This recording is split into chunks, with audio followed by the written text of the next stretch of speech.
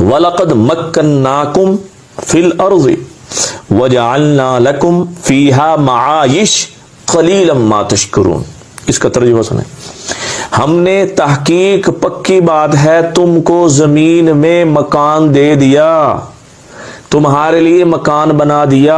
وَجَعَلْنَا لَكُمْ فِيهَا، اور زمین میں اس دنیا میں ہم نے تمہارے لیے روزگار رکھ دیے. ایک روزگار نہیں، روزگار.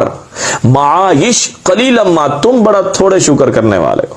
شکر کرو، شکر پہ آؤ. یہ تو آیت ہو گئی. اب اس کا عمل کیا ہے، کیسے کرنا ہے؟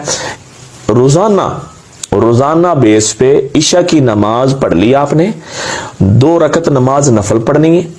2 رکعت نماز نفل ایسے پڑھنے ہیں کہ پہلی رکعت میں سورہ اخلاص 11 دفعہ پڑھنی ہے، دوسری رکعت میں بھی سورہ اخلاص 11 دفعہ پڑھنی ہے.